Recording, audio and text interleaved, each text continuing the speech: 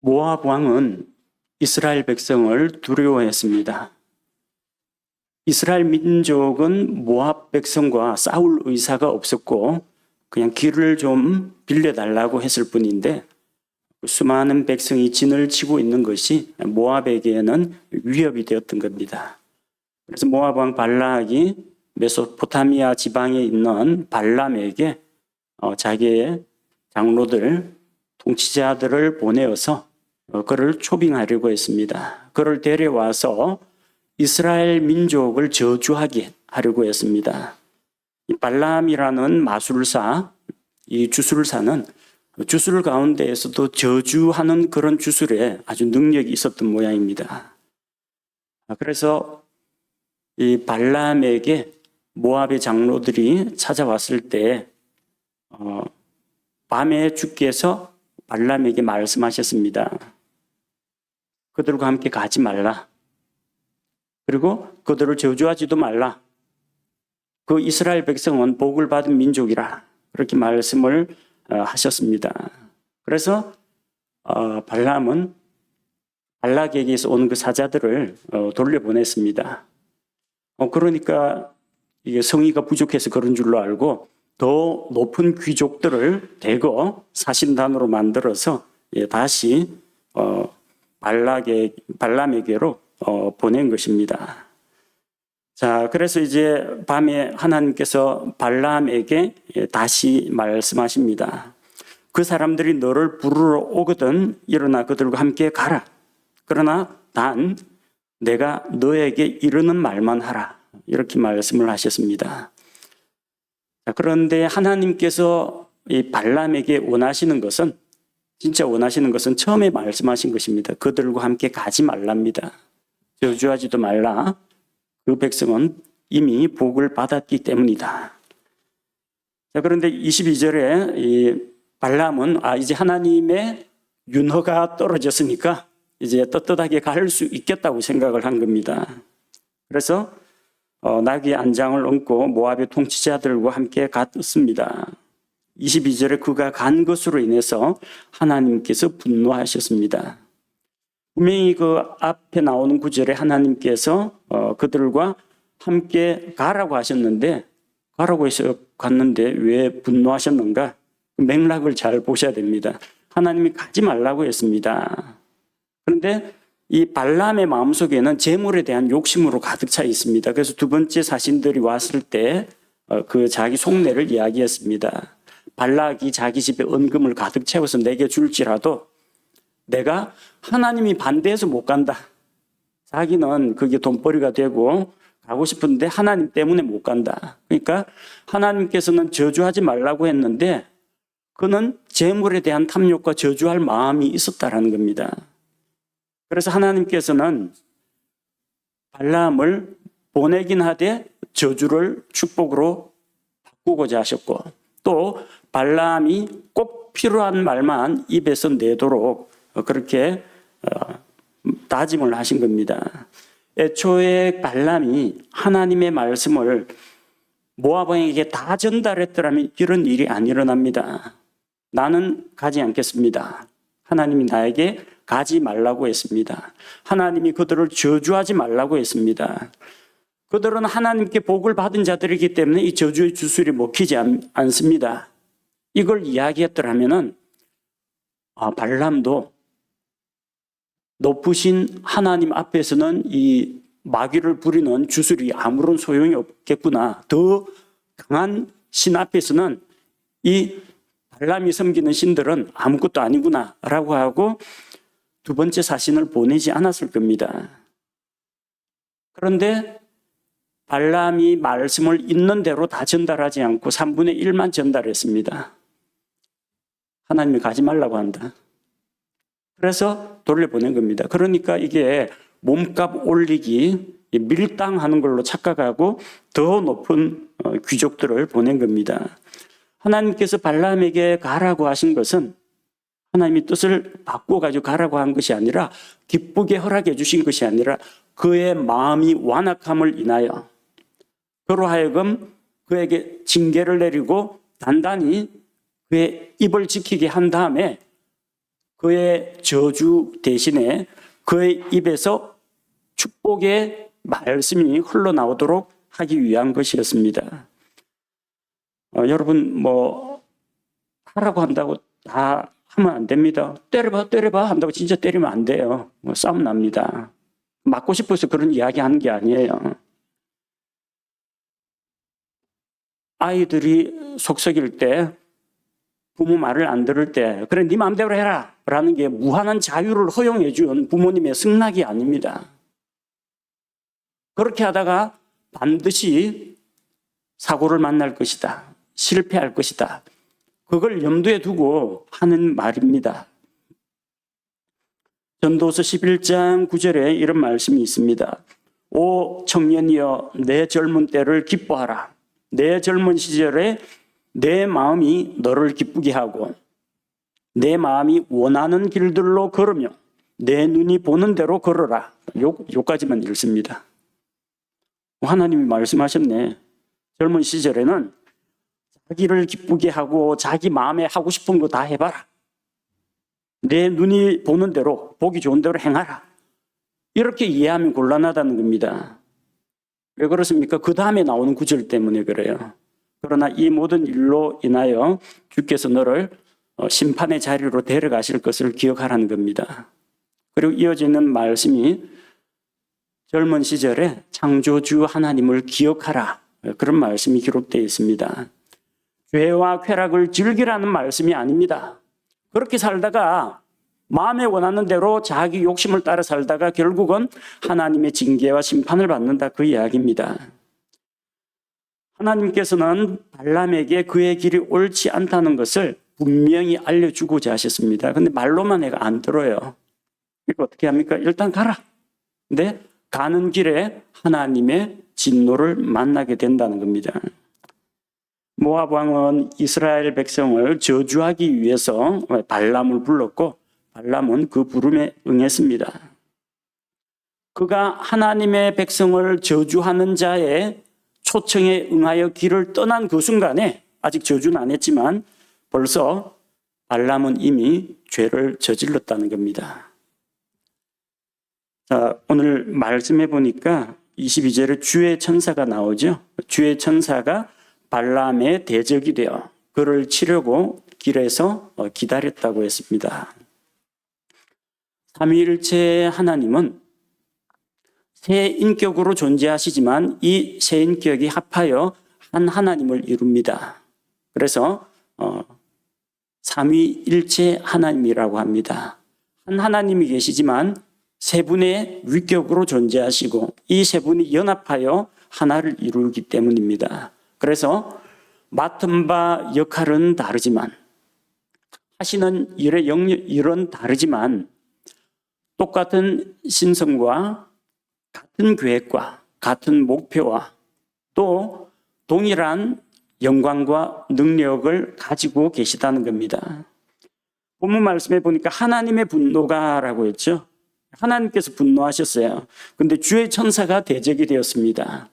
하나님의 뜻이 주의 천사의 뜻입니다. 여기 나오는 주의 천사는 그 심부름꾼 메신저 천사가 아니라 성육신 하기 이전에 이 땅에 사람의 몸으로 오시기 이전에 이미 계시던 아들 하나님 그리스도를 이야기합니다.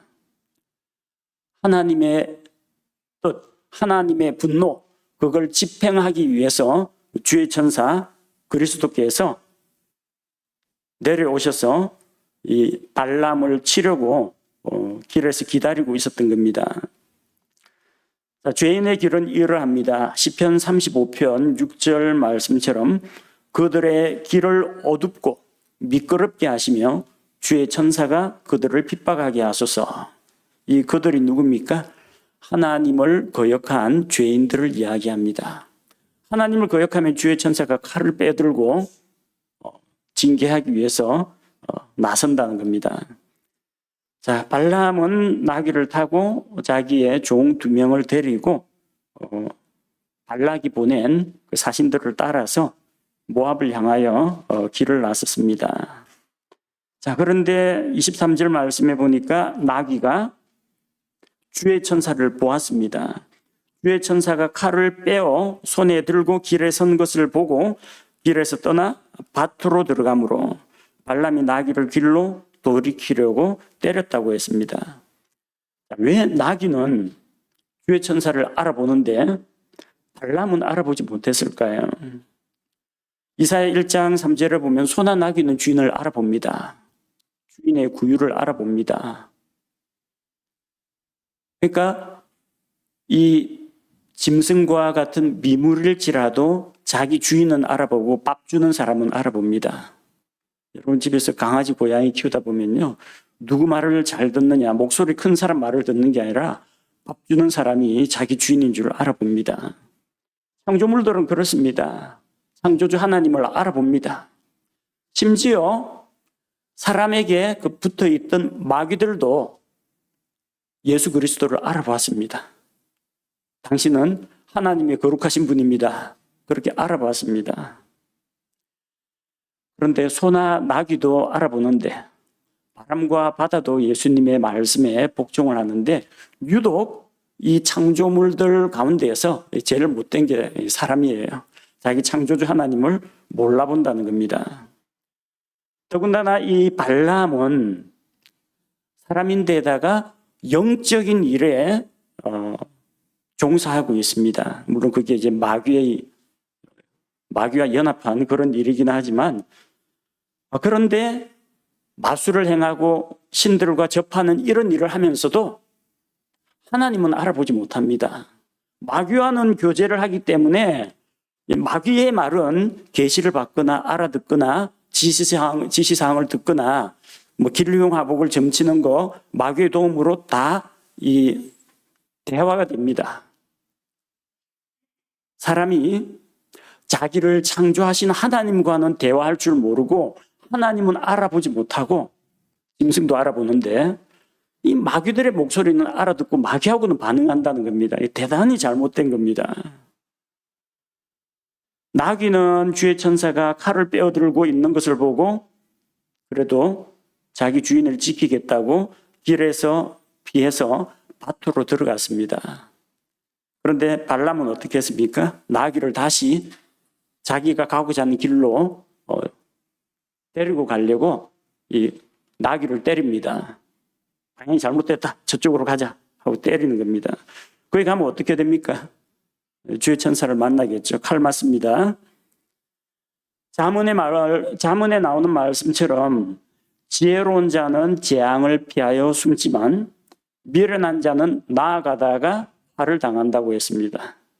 오늘 본문에서는 재앙을 피하고자 하는 나귀가 지혜롭고 주의 천사가 있는데 알아보지도 못하고 나아가서 화를 당하려고 하는 이 발람이 어리석다라는 겁니다. 발람은 나귀를 다시 길로 돌이키려고 때렸습니다. 그런데 진짜 돌이켜야 할 것은 나귀가 아니고 발람이 돌이켜야 합니다. 그러니까 나귀의 주인이 발람이죠. 자기 말을 안 들으니까 나귀를 때리서라도 자기가 가고자 하는 길로 가려고 하잖아요. 입장 바꿔서 생각해 봅시다. 하나님이 창조주이시고 통치자이시고 심판주이십니다. 하나님께서 자기의 창조물인 발람이 어긋난 길로 가니까 이거 바른 길로 잡으려고 합니다. 말 안 듣죠? 어긋난 길로 가죠? 어떻게 합니까? 지팡이로 때려야 됩니다. 맞아야 정신을 차린다는 겁니다. 자, 나귀는 사람 말을 못 알아듣기 때문에 잘못된 길로 가면 때려서 바른 길로 인도합니다. 발람은 하나님의 말씀을 못 알아듣습니다. 이스라엘 민족은 하나님께서 복을 주셨다. 그러니까 저주하지 말라. 너는 가면 안 된다. 분명히 말씀하셨는데 그 말을 못 알아들어요. 하기만도 못하다는 이야기입니다. 자, 24절, 25절에 보면 그러나 주의 천사는 포도원 길에 섰고 이편과 저편에는 담이 있더라. 25절에 보니까 나귀가 주의 천사를 보고는 몸을 담에 대고 발람의 발을 담에다 짓누름에 그가 다시 나귀를 때렸다고 했습니다. 주의 천사가 이 포도원 길에 서 있고 좌우는 담입니다. 그래서 나귀는 주의 천사와 마주치지 않으려고 담에 바짝, 어느 쪽인지 모르겠지만 왼쪽이든 오른쪽이든 한쪽으로 붙었습니다. 여러분 뭐 그런 일 있지 않습니까?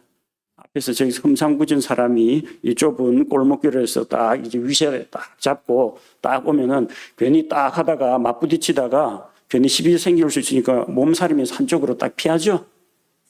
조심해서 괜히 신경 안 건드리고 그냥 조용히 좀 지나가 주기를 바라면서 쓱 피해가지고 가는 겁니다. 이 포도원의 담은 작은 동물들이 침입을 하지 못하도록 목책, 그러니까 기둥을 놓고 통나무를 가로로 놓아가지고 목책을 쌓아가지고 막거나 아니면 돌을 쌓아가지고 돌담으로 만들거나 혹은 가시덤불을 거기에다가 가시철조망이 없으니까 이제 가시덤불을 그 울타리처럼 쳐놓습니다. 근데 나귀가 한쪽 옆에 붙어가지고 벽에 바짝 붙어가지고 이 비비니까 발람의 발이 그 벽에 스치면서 어느 벽인지 모르겠지만 아마 돌담길이거나 가시덤불인 것 같습니다. 다 쓸려가지고 상처가 나는 겁니다. 그러니까 발람이 화가 나가지고 다시 나귀를 때리는 겁니다. 자, 26절, 27절 보니까 주의 천사가 더 가서 오른쪽으로나 왼쪽으로나 돌이킬 길이 없는 좁은 곳에서니라. 이제는 이제 피할 수도 없어요. 그러니까 27절에 나귀가 주의 천사를 보고 발람의 밑에 엎드리니 이제 더 이상 안 간다는 겁니다. 엎드리니 발람이 분노하여 자기 지팡이로 나귀를 때렸다고 했습니다. 이제는 딱 마주쳐가지고 좁은 길이고 피할 곳이 없습니다. 나귀는 납작 엎드렸습니다. 창조주를 알아보는 겁니다. 그 앞에서 복종하고 경배한다는 겁니다. 자기 주인은 발람이지만 자기 창조주는 하나님입니다. 그래서 주의 천사 앞에서 납작 엎드렸습니다. 이 나귀가 일어나서 길을 가야 되는데 주저앉아 버리고 엎드려 버리니까 발람이 분노해서 자기 지팡이로 애꿎은 나귀만 때린 겁니다. 자, 28절에 보니까 주께서 나귀의 입을 여시니 나귀가 발람에게 이르되 내가 주인에게 무슨 일을 하였기에 주인이 나를 이같이 3번이나 때리시나이까 하며 나귀가 사람의 말을 했습니다. 나귀가 사람 말을 할 수가 있느냐? 성경에는 짐승들도 사람에게 말을 하는 것이 기록되어 있습니다. 에덴 동산에서는 뱀이 이브에게 말을 했습니다. 민수기에서는 나귀가 발람에게 말을 했습니다. 원래 말을 하려면요, 발성기관이 있어야 합니다. 이 성대하고 입과 혀, 입천장, 코 이게 다 있어야 공기를 밖으로 뿜으면서 구강, 입의 모양과 혀의 위치에 따라서 발음이 나오게 됩니다. 그리고 사람 말을 하려면 사람과 같은 구강 구조를 가지고 있어야 가능합니다. 그래서 새들 중에서도 앵무새는 사람 말을 흉내내잖아요.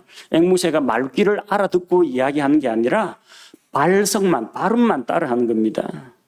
그리고 이게 단순히 말했던 말 또 하고 했던 말을 따라서 반복하는 그런 기능이 아니라 진짜 사리에 맞고 문맥과 상황에 맞는 말을 하려면 언어를 알아야 됩니다. 생각을 할 줄 알아야 되고 그것을 단어를 적절히 조합해가지고 배치해서 자기 뜻을 전달할 수 있어야 합니다.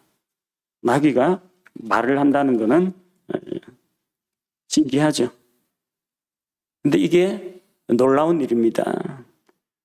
이게 가능한 이유는 주께서 나귀의 입을 열어주셨기 때문입니다. 주께서 나귀가 말을 하는 것을 가능하게 하셨기 때문입니다. 그래서 나귀는 그러면은 자기가 평소 그 주인한테 부림을 당하면서 겪었던 이런 그에 대해서 자기가 하고 싶은 말을 주인에게 말문이 트이니까 주인에게 하고 싶은 말을 했을까? 아니면 하나님께서 나귀에게 하나님의 말씀을 주어가지고 나귀가 대신 전달하는 대언자가 되어가지고 하나님의 말씀을 발람에게 이야기했을까? 그 내용이 이어지는 29절 이하에 나옵니다. 29절에 보니까 발람이 나귀에게 이르되 내가 나를 조롱하였기 때문이니, 왜 때렸느냐 하면 나를 조롱했기 때문인데 내 손에 칼이 있었더라면 이제 내가 너를 죽였으리라. 참 한 가지 놀라운 걸 우리 발견할 수가 있습니다. 나귀가 주인님 왜 때려요 하면 나귀가 말을 하네. 놀래야 정상입니다. 발람이 전혀 놀라지를 않습니다. 발람은 이런 거 본 적이 있을 겁니다. 마귀들도 짐승의 입을 통해서 고양이든지 까마귀든지 입을 통해 가지고 말을 할 수가 있습니다. 아마 발람이 주술로 이 마귀와 접촉을 할 때 허공에서 소리가 들리는 그런 일도 있겠지만, 고대 주술사들을 보면은 짐승과 이야기하면서 짐승이 사람의 말로, 근데 실은 그 짐승이 아니라 짐승의 몸을 통해서 마귀들이 말을 하는 그런 것을 아마 그가 경험해 봤을 겁니다. 그래서 발람 입장에서 놀랄 일도 아닙니다. 짐승이 말을 한다는 게. 그래서 이게 나귀가 말을 하니까 나귀가 자기한테 따지지 않습니까? 주인님 왜 저를 세 번이나 때립니까? 하니까 나귀가 자기를 조롱했다고 하면서 왜 나를 조롱했냐, 내 손에 칼이 있으면 죽여버렸을 거라고 그렇게 이야기하는 겁니다. 자, 나귀가 주인의 뜻을 거역하고 어긋난 길로 가면 주인이 칼로 죽일 수 있다. 이게 발람 주장입니다. 자, 입장 바꿔서 그 발람의 주장을 자기한테 적용하면 됩니다. 자, 하나님께서 발람 너가 어긋난 길로 가면 주의 천사가 칼을 빼들고 죽여버릴 수 있다라는 이야기입니다. 근데 발람은 나귀를 대하면서 주인은 이 자기 소유의 나귀를 마음대로 처분할 수 있다라는 것을 당당하게 주장하고 있지만, 자기가 어긋나는 길로 가면은 창조주 하나님, 그리고 통치하시는 하나님, 심판하신 하나님께서 언제든지 칼을 빼들고 자기를 죽일 수 있다는 것, 이 단순한 진리를 알지 못했다라는 겁니다. 30절 말씀해 보니까 나귀가 발람에게 또 이야기합니다. 나는 주인의 소유가 된 이후로 이날까지 주인께서 타시던 주인의 나귀가 아니니까 내가 지금까지 주인에게 이와 같이 행하는 버릇이 있었나이까? 그러니까 주인이 이쪽으로 가자고 하는데 그쪽으로 안 가고 피해서 다른 길로 가고, 때리는데도 말 안 듣고 끝까지 벽에 기댔다가 납작 엎드렸다가 이런 적이 옛날에 있었느냐는 겁니다. 그가 이르되, 발람이 이르되 없었느니라. 그러니까 이 나귀는 주인의 소유가 된 이후로 한 번도 주인의 뜻을 거스른 적이 없다는 겁니다. 아주 충성스러운 그런 짐승이었습니다. 그런데 이번엔 왜 그렇게 했느냐? 그가 주인에게 불복종한 것은 주인을 주의 천사로부터 지키기 위한 것이었습니다. 무조건 시키는 대로 하는 것이 반드시 선은 아닐 수 있다는 겁니다. 나귀의 입장에서는. 주인이 위험한 길로 가자고 하는데 나귀가 앞쪽에 위험이 도사리고 있다. 그럴 때는 불복종하는 겁니다. 시각장애인을 위한 안내견들도 주인에게 순종하는 훈련과 함께 위기 상황에서는 자기 스스로가 위기를 감지하고 주인에게 불복종하는 훈련을 한다고 합니다. 앞쪽에 위험한 게 있으면 주인이 앞만 잡아 끌어도 자기가 안전한 길로 주인을 데려가 버리는 겁니다. 그렇게 훈련을 받아요. 왜 그러느냐? 주인이 싫어서, 미워서 주인의 권위를 무시해서가 아니라 주인 살리려고 안내견이 그런 훈련을 받습니다. 이 나귀도 마찬가지입니다. 주인이 미워서 주인의 지시에 불복종한 것이 아니라 주인의 생명을 칼을 빼들고 있는 주의 천사로부터 지키기 위한 것이었습니다. 그래서 혹시 여러분 가족들 중에서 믿지 않는 부모님이나 형제 자매가 예수 믿지 마라, 교회 가지 마라, 그래도 다른 거는 다 들을 수 있을지라도 거기에는 그 말은 순종을 하면 안 돼요.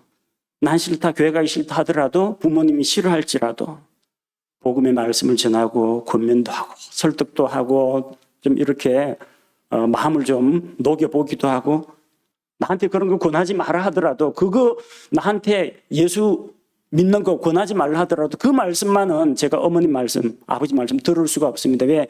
살려야 하니까. 그게 효도라는 겁니다. 그래서 에베소서에서도 자녀들아 너희 부모를 주 안에서 순종하라. 주님이 우선이라는 겁니다. 나귀는 발람이 비뚤어진 길로 가는 것에 대해서 직접적으로 책망하진 않았습니다. 나귀가 무슨 대언을 해가지고 너 주인 발람이여 어찌하여 발락에게로 가느냐, 어찌하여 내가 재물에 눈이 어두워서 하나님의 백성을 저주하려고 하니, 이런 식으로 책망을 하진 않았어요. 오늘 나귀가 한 대사를 보니까 내가 주인에게 무슨 일을 하였기에 주인이 나를 이같이 3번이나 때리시나이까. 그리고 나는 주인의 소유가 된 이후로 이날까지 주인께서 타시던 주인의 나귀가 아니니까. 내가 지금까지 주인에게 이와 같이 행하는 버릇이 있었나이까. 이게 답니다. 발람의 어긋난 행동에 대해서 직접적으로 대언을 통해서 대신 하나님의 말씀을 대신해서 나귀가 책망하지는 않았습니다. 다만 이 주인이 지 죽을지 살지도 모르고 엉뚱한 길로 가는 것을 보고 나귀가 답답해가지고 주인의 말에 불복종하고 피하여 가고 주인이 원하지 않는 어긋난 길로 가고 담벼락에 붙어버리고 납작 바닥에 엎드려버리고 이런 식으로 해서 그가 미친 짓 하러 가는 걸 막았다는 겁니다. 미친 짓이 뭐예요? 하나님이 복을 주신 이스라엘을 저주하러 가는 그 일을 막았다는 겁니다. 베드로후서 2장 16절에 보니까 자기의 불법을 인해 책망을 받았으니 곧 말 못하는 나귀가 사람의 음성으로 말하여 그 대언자의 미친 것을 막았느니라.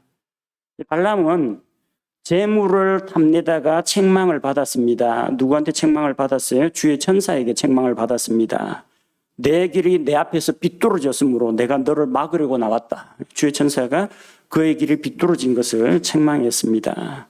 그리고 먼저 주의 천사가 이 심판하려고 칼 들고 있는 걸 보고 나귀가 주인이 더 이상 하나님을 거역하는 길로 가지 못하도록, 그가 미친 짓을 하러 가지 못하도록 막았다는 겁니다.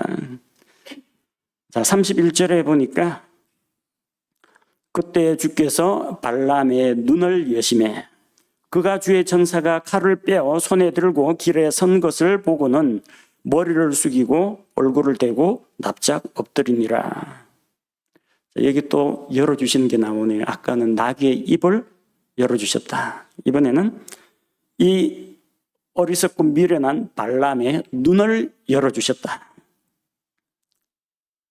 나귀의 입을 열어주니까 나귀도 사람 말을 합니다. 이 미친 짓 하러 가는 마술사, 주술사 발람의 눈을 열어주니까 그가 주의 천사를 알아보고 엎드렸습니다. 먼저 엎드린 건 나귀가 먼저 알아보고 먼저 엎드렸습니다. 덩달아서 이 눈을 뜨게 되니까 발람이 주의 천사를 알아보고 그 자리에서 엎드렸습니다. 머리를 숙이고 얼굴을 땅바닥에 대고 납작 엎드렸습니다. 나귀하고 나란히 쌍으로 엎드렸습니다. 그는 눈이 멀어 있었습니다. 우상숭배에 눈이 멀었습니다. 돈독이 올라가지고 재물에 대한 탐욕으로 눈이 멀었습니다. 근데 주께서 그의 눈을 뜨게 해주시니까 주의 천사를 보게 되었습니다. 주의 천사가 그의 비뚤어진 길에 대해서 책망합니다. 32절에 주의 천사가 그에게 이르되 내가 어찌하여 내 나귀를 이같이 3번이나 때렸느냐. 보라, 내 길이 내 앞에서 비뚤어졌으므로 내가 너를 막으려고 나왔는데. 자, 이걸 보면 이제 길에서 벗어난 것은 본문에서 나귀가 발람을 태우고 제 길로 안 가고 이 길에서 벗어나니까 발람이 나귀를 때렸다고 하는데 길에서 벗어난 것은 나귀가 아니라 발람이었습니다. 나귀가 맞아야 되는 게 아니라 발람이 맞아야 됩니다. 33절에 나귀가 나를 보고 이같이 3번을 돌이켜 내 앞에서 피하였느니라. 만일 나귀가 돌이켜 나를 피하지 아니하였더라면 분명히 내가 벌써 너를 죽이고 나귀는 살렸으리라 하며. 자, 만약에 나귀가 자기 주인을 보호하려고 피하지 않았더라면, 그리고 앞으로 나아가는 것을 멈추고 벽에 붙었다가 땅바닥에 납작 엎드려서 주의 천사 앞에서 엎드리지 않았더라면 그의 주인은 벌써 죽었을 겁니다. 나귀가 살려준 겁니다. 자, 34절에서 발람이 자기 죄에 대해서 고백합니다. 발람이 주의 천사에게 아뢰되 당신이 나를 막으려고 길에 서신 줄을 알지 못하였으므로 내가 죄를 지었나이다. 그런즉 이제 당신이 그 일을 기뻐하지 아니하시면 내가 돌아가겠나이다 하니. 자, 발람은 자기가 지금 뭘 잘못했는지를 잘 모르고 있습니다. 그 잘못한 건 뭡니까? 첫째는 하나님의 말씀을 잘라먹고 완전히 전달하지 않았다는 겁니다. 둘째는 그들과 함께 가지 말라고 했는데 재물에 대한 탐욕으로 갔다라는 겁니다. 근데 발람은 자기가 주의 천사가 맡고 있는 것을 알지 못했기 때문에 죄를 지었다고 합니다. 이 말은 뭐냐면 주의 천사가 앞에서 칼 들고 가로막는 것을 보았더라면 안 갔을 거라는 이야기입니다. 그러니까 마음대로 살되 하나님께서 뭐 주의 천사를 보내가지고 내 앞길을 막거나 나한테 무슨 시련이나 재앙을 던지기 전까지는 나는 내 하고 싶은 대로 하겠다는 이야기예요. 근데 하나님이 직접적으로 나타나서 그를 강경하게 막으면 그때는 자기가 안 할 텐데 말씀만 가지고는 안 되고 당신이 가로막은 것을 내가 보지 못했기 때문에 죄를 지었다는 겁니다. 근데 집 떠날 때부터 이미 그는 죄를 지은 겁니다. 그의 문제는 주의 천사를 알아보지 못했다는 그게 죄가 아니라 하나님이 원치 않는 길, 하나님이 기뻐하지 않는 길로 갔다라는 거, 그 자체가 문제입니다. 아니, 발락이 부르기 전에 메소포타미아 지방에서 점집 차려놓고 무당집 차려놓고 손님들 받아가지고 마귀하고 이제 접진하면서 돈 받고 이 마귀하고 사람들 맺어주고 마귀의 이름으로 저주하고 이 짓을 한 그 자체가 벌써 죄입니다. 그 이전에 그동안에 쭉 죄를 지어 왔었다는 이야기입니다. 35절에 발람은 말하기를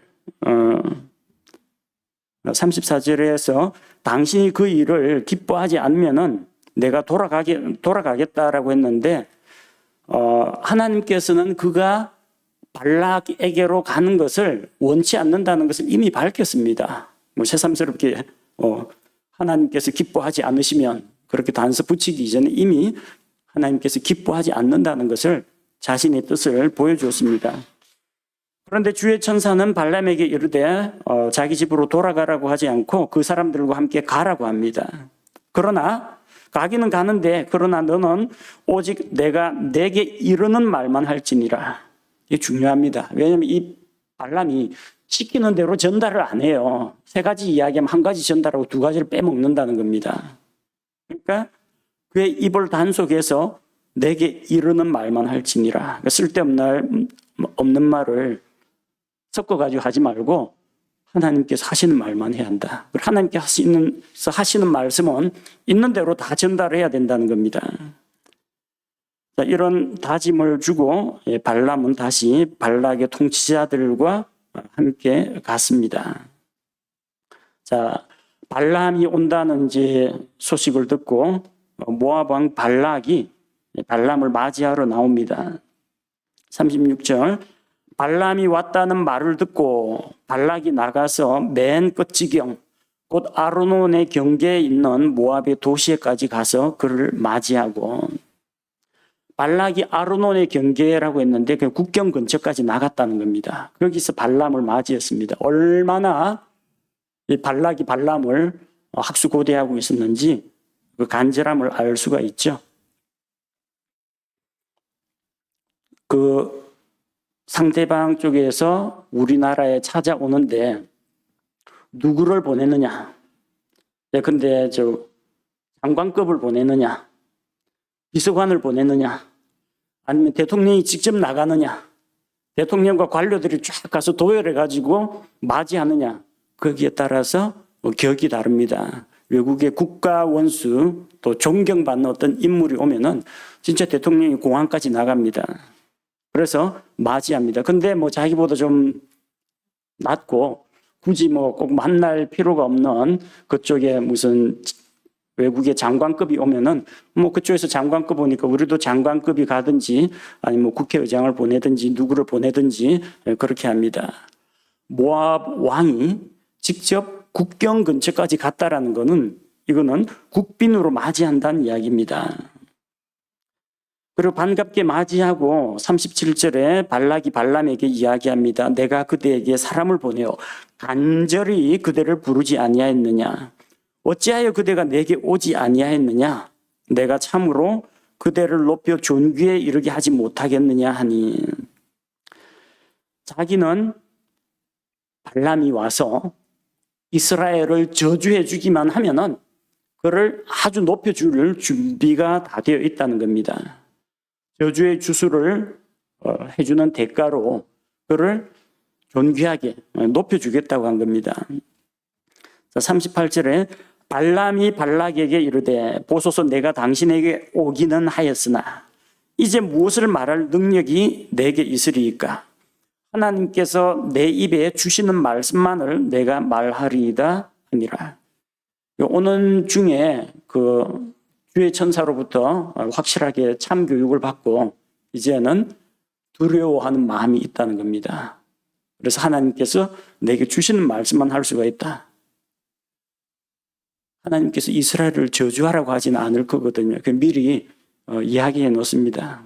나를 부르길래 오기는 했는데 자기는 저주할 수 없다는 이야기예요. 근데 이 고객 앞에서 저주를 청탁하러 온 고객 앞에서 저 저주 못합니다. 이 말은 못하고 하나님께서 주시는 말씀만 내가 할 수 있다. 미리부터 이 변명거리를 만들어 놨습니다. 39절에 보니까 발람이 발락과 함께 가서 기럇 후솥에 이르매, 기럇 후솥은 지명이 우리 여러분 성경 지도 봐도 정확히 어디인지 알 수는 없습니다. 아마도 국경 근처까지 갔다라는 것으로 봐서 아르논 강 근처에 있는 바못발 지방일 거라고 학자들이 그냥 추정을 하고 있습니다. 40절에 발락이 소와 양을 드리고 발람과 또 그와 함께한 통치자들에게 보내니라. 소와 양을 드리고 이것은 이제 희생 제물로 드렸다라는 의미입니다. 오퍼링입니다. 오퍼. 희생 제물로 드리면 기브가 아니고요. 오퍼링. 희생물로 쓰라고 이제 준 겁니다. 그리고 발람 일행에게 또 음식으로 제공을 했습니다. 자, 그 다음 날 41절 다음 날 발락이 발람을 데려다가 그를 바알의 산당들로 인도하며 그가 거기서 백성의 끝부분을 바라보니라. 발락이 발람을 바알의 산당들로 데리고 갔습니다. 이 산당들이라고 했는데 산당은 이제 하이플레이스라고 되어 있습니다. 하이플레이스. 그냥 대부분의 산당들 그리고 종교 시설들은 높은 곳에 위치를 하고 있어요. 그래야 이제 하늘과 가깝다. 그런 하늘과 가깝고 신의 음성을 더 잘 들을 수 있다라고 해서 산당들은 높은 곳에 짓습니다. 혹은 이제 높은 곳을 소망하는 마음에서 중세 시대에 그 종교 건축물들은 끝이 뾰족한 첨탑 형상을 하고 있습니다. 하늘을 향하여. 교회당 중에도 옛날에는 전부 다 뾰족한 종탑을 올리는 게 한때 건축 분야에서 유행하던 그런 스타일이었습니다. 자, 하이플레이스라고 했는데 이것은 단순히 지대가 높다라는 게 아니라 산당들 높은 곳에서 높은 산, 높은 언덕에서 희생 제물을 우상에게 바쳤기 때문입니다. 그리고 그 높은 곳에 가니까 아래쪽에 있는 그 광야지대에 있는 이스라엘 백성의 진영을 내려다볼 수가 있는 겁니다. 고대의 주술에서는 주술사가 저주를 걸려면 저주하는 대상을 직접 보아야 효과가 있다고 했습니다. 만약에 직접 볼 수가 없고 당사자를 데려올 수가 없으면 그 사람의 어떤 머리카락이나 입던 옷이나 혈액 같은 것을 채취를 해가지고 그걸 가지고 매개체로 해서 저주를 걸곤 했습니다. 그래서 이스라엘 백성을 보고 이 발람이 마귀의 영들에 사로잡히면 또 저주의 말들이 나올 거라고 기대를 하고 발락이 높은 곳으로 데려간 것입니다. 그러나 이제 이런 발락의 계획도 재물을 탐내는 그 발람의 그런 욕망도 결국은 하나님의 말씀을 이기진 못합니다. 오늘 본문 말씀을 보니까 나귀의 소유자 주인은 자기 나귀가 자기가 원하는 길로 안 가니까 이 지팡이로 때립니다. 그렇게 해서라도 바른 길로 이끌려고 했다는 겁니다. 물론 주 앞에서 바른 길이 아니라 주인이 원하는 정해진 코스로 데려가려고 했다는 겁니다. 마찬가지로 하나님께서도 사람을 바로잡기 위해서 죄의 길로, 어긋난 길로, 비뚤어진 길로 갈 때 채찍질을 해서라도 바른 길로 데려옵니다. 징계를 당할 때, 징계 당하기 전에 하나님의 말씀을 듣고 먼저 순종하는 것이 더 낫다는 겁니다. 발람은 영적인 일에 종사하고 있었지만 눈이 어두워서 하나님을 알지 못했습니다. 그는 악한 영들을 불러다가 악한 영들을 힘입어서 누가 죽도록 병들도록 그를 저주하는 그런 일을 했지만 그렇게 누군가를 저주하는 것, 그것도 마귀와 손을 잡고 누군가를 저주하는 것이 하나님 앞에서 저주받을 일이라는 것을 알지 못했다는 겁니다. 발람은 부와 존귀의 길을 걷기를 원했습니다. 많은 사람들로부터 인정받고 많은 사람들이 그에게 복술의 예물, 복채를 가지고 오기를 그렇게 바랐습니다. 그러나 우리는 부와 존귀에 이르는 길이 아니라 하나님께서 기뻐하시는 길로 걸어야 합니다. 주께서 인도하시는 선하고 의로운 길을 따라야 합니다. 오늘 하나님께서 성경 본문에서 두 번이나 열어주셨습니다. 하나님께서 나귀의 입을 열어주셔가지고 말을 할 수 있게 하셨습니다.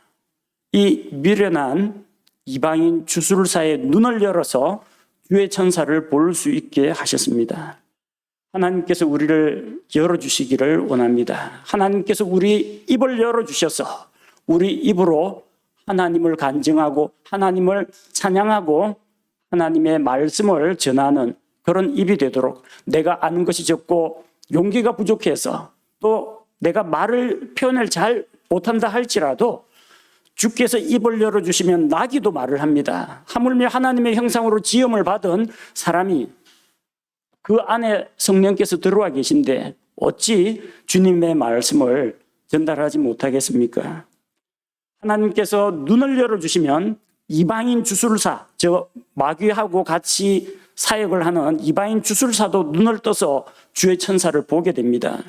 하나님께서 우리 눈을 열어주셔서 주의 길을 보게 하시고 성경 말씀을 읽을 때 성경 말씀을 깨닫게 하시고 말씀 가운데 나타난 하나님의 뜻을 우리가 발견해 주시도록 주의 말씀 가운데서 말씀 가운데 담긴 진귀한 하나님의 보화 진리를 발견해 주시기를 기도해야겠습니다. 함께 기도하겠습니다. 하나님 아버지, 미련한 이방인 주술사 발람이 탐욕에 사로잡혀서 가지 말아야 할 길로 하나님 앞에서 비뚤어지고 어긋난 길로 갈 때 말 못하는 미련한 짐승이 주의 천사를 발견하고 자기 주인이 재앙을 당하지 않도록 이를 피하고 또 벽에 몸을 기대고 또 더 이상 나아가지 않고 땅바닥에 납작 엎드려서 자기 주인의 생명을 구한 것을 보았습니다. 말 못하는 짐승도 창조주 하나님을 알아보는데 오늘날 수많은 사람들이 주인도 못 알아보고 하나님이 없다 하고 하나님을 부인하고 모욕하며 살아가고 있습니다. 주님, 이 어두워진 세상 가운데에서 미련한 사람들의 눈을 열어서 주의 말씀을 보게 하옵소서. 우리 입술을 열어서 말하게 하옵소서. 사람들에게 그리스도의 복음을 말할 수 있도록 우리 입을 열어 주옵소서. 주께서 입을 여시면 나귀도 말을 하는데 하나님의 자녀, 구원받은 성도인 우리가 입을 열어서 주님의 이름을 높이고 주님을 찬양하며 그리스도의 복음을 전하는 자가 되게 하여 주옵소서. 비뚤어진 길로 가는 것 하나님께서 기뻐하지 아니하시고 주의 천사를 보내어서 그를 대적하게 하시는 것을 보았습니다.